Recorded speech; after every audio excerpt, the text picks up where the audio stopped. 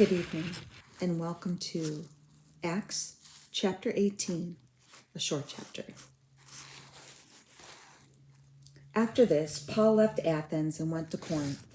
There he met a Jew named Aquila, a native of Pontus, who had recently come from Italy with his wife Priscilla, because Claudius had ordered all the Jews to leave Rome.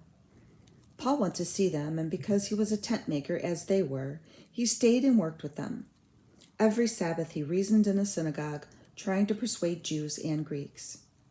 When Silas and Timothy came from Macedonia, Paul devoted himself exclusively to preaching, testifying to the Jews that Jesus was the Christ.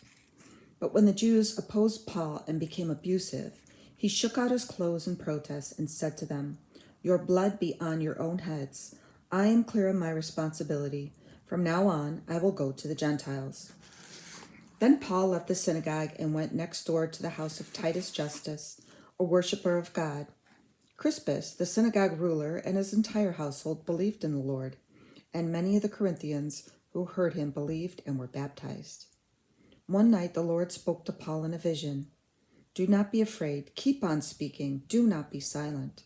For I am with you, and no one is going to attack and harm you, because I have many people in this city." So Paul stayed for a year and a half, teaching them the word of God.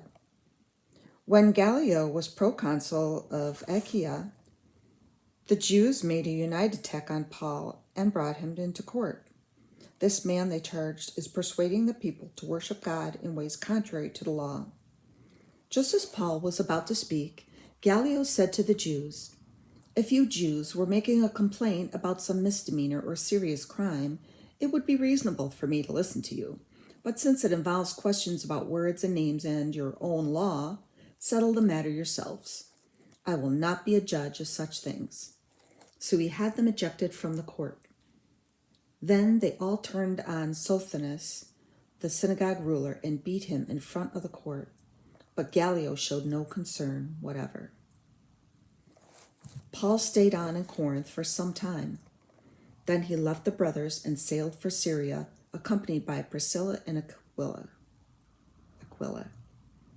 Before he sailed, he had his hair cut off at Cenchrea because of a vow he had taken. They arrived at Ephesus, where Paul left Priscilla and Aquila.